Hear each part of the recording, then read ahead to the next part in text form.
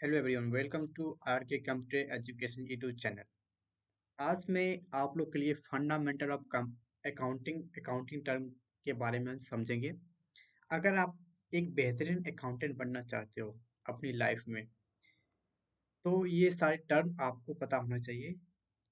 और अगर आप टैली करना चाहते हो, टैली ERP 9 या टैली प्राइम, तो आपको ये फंडामेंटल ऑफ अकाउंटिंग के बारे में पता होना चाहिए, जो कि ये बेसिक टर्म है। तो उसके बारे में हम इस वीडियो के अंदर देखेंगे। तो वीडियो को स्टार्ट करते हैं बिना देरी किए हुए। तो सबसे पहले हम बात करते हैं, जैसे आप देख सकते हो, डिफिनेशन ऑफ अकाउंटिंग। अकाउंटिंग का क्या डिफिनेशन है, उसके बारे में हम देखते हैं। Accounting is the process of identifying, regarding, classifying, and reporting information on financial transaction in a systematic manner for the purpose of providing financial information for decision making.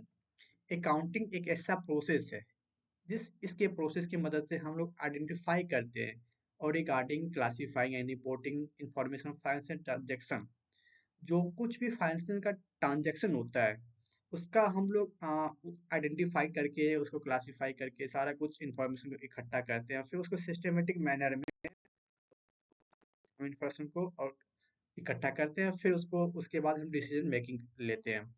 तो इस प्रोसेस को हम कहते हैं काउंटिंग। इसमें क्या होता है कि लेन देन का काम होता है। तो लेन देन का जहाँ भी काम हो, बिजनेस में या कहीं भी, तो उसको हम अकाउंटिंग के अंदर बोलते हैं।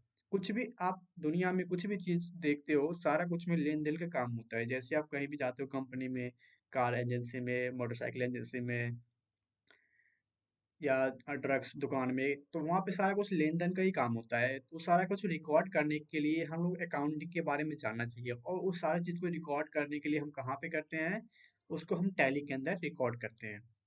तो हम आगे बात करते हैं, ये आपको मैंने डेफिनेशन बता दिया। फिर आगे बात करते हैं टाइप ऑफ अकाउंट। अकाउंट के 3 प्रकार होते हैं। कौन कौन से होते हैं, सारा कुछ अब मैं आपको बताता हूँ। जैसे 3 प्रकार के होते हैं। फर्स्ट होता है पर्सनल, दूसरा होता है रियल, तीसरा होता है नॉमिनल।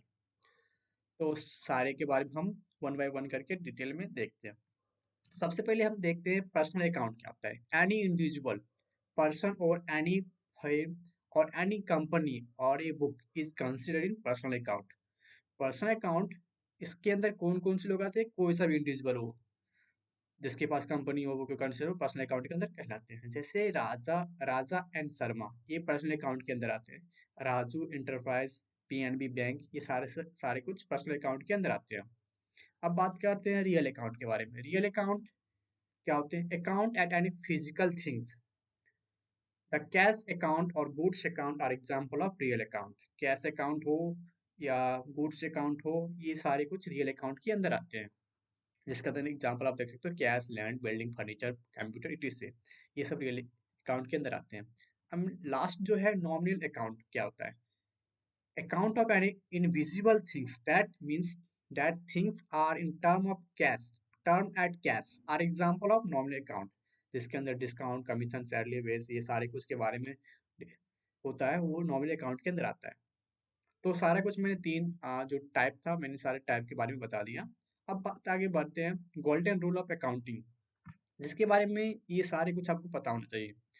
तो इसके अंदर आप देख सकते हो पर्सनल अकाउंट।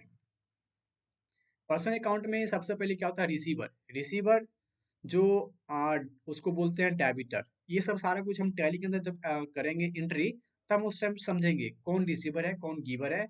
रिसीवर, उसे बोल देंगे डेबिट।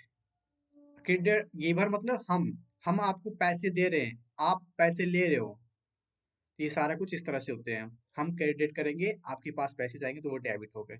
तो रिसीवर डेबिट के अंदर आएगा और गिवर क्रेडिट के अंदर। मतलब मान के चलते हैं, मैं मतलब एक बैंक है, बैंक में मैं जाके पैसे डिपॉजिट करता हूँ, तो मेरा गिवर होगा, वो क्रेडिट होगा। और जो बैंक मैनेजर हो या बैंक स्टाफ हो, वो मेरा जो पैसे लेंगे, वो रिसीवर होंगे, तो उसको हम डेबिट बोलते हैं। तो इस तरह से पर्सनल अकाउंट के अंदर आते हैं। फिर आते हैं रियल अकाउंट। रियल अकाउंट के अंदर क्या होते हैं? व्हाट्स कम इन। व्हाट्स का मतलब क्या आया, आया तो वो डेबिट में आएगा। व्हाट गोज आउट, क्या गया, वो क्रेडिट में होगा। फिर आता है लास्ट नॉमिनल अकाउंट। इसके अंदर क्या होता है? ऑल एक्सपेंस और लॉसेस। आपका जितना भी खर्चा हुआ है और उसमें लॉस भी हुआ है, तो डायरेक्ट अकाउंट के अंदर आता है। और ऑल इनकम और गेन, जितना भी आपका इनकम हुआ है और उसमें गेन भी हुआ है तो उसको बोलते हैं क्रेडिट का। तो ये सारा कुछ इस तरह से गोल्डन रूल होता है अकाउंटिंग का, ये आपको जानना जरूरी है। इसी पे आधार पे सारा कुछ अकाउंट के अंदर सारा कुछ हम लोग देखते हैं और समझते हैं।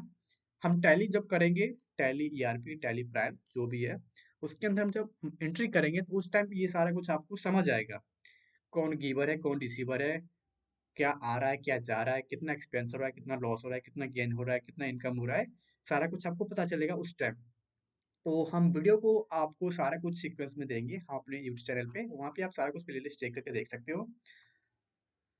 और बात करते हैं, अगर आप टैली कोर्स करना चाहते हो हमारे इंस्टीट्यूट से तो कोर्स कर सकते हो। कोर्स बिल्कुल फ्री ऑफ कॉस्ट है।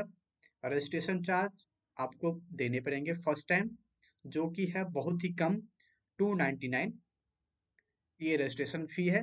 उसके बाद कोर्स आपको पूरा कंप्लीट मिलेगा हमारे थ्रू।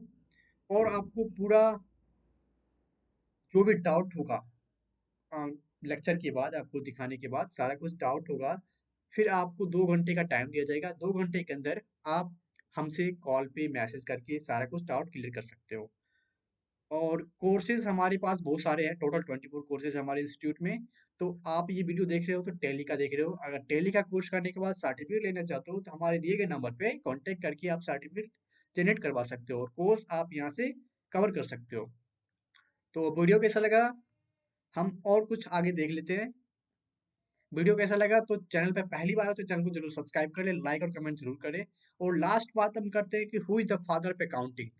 अकाउंटिंग को फादर किसे कहते हैं, तो लुका पाकोली को बोलते हैं फादर ऑफ अकाउंटिंग। तो वीडियो कैसा लगा कमेंट करके जरूर बताएं। नेक्स्ट मिलते हैं नेक्स्ट वीडियो में, तब तक के लिए मेरे साथ बने रहे।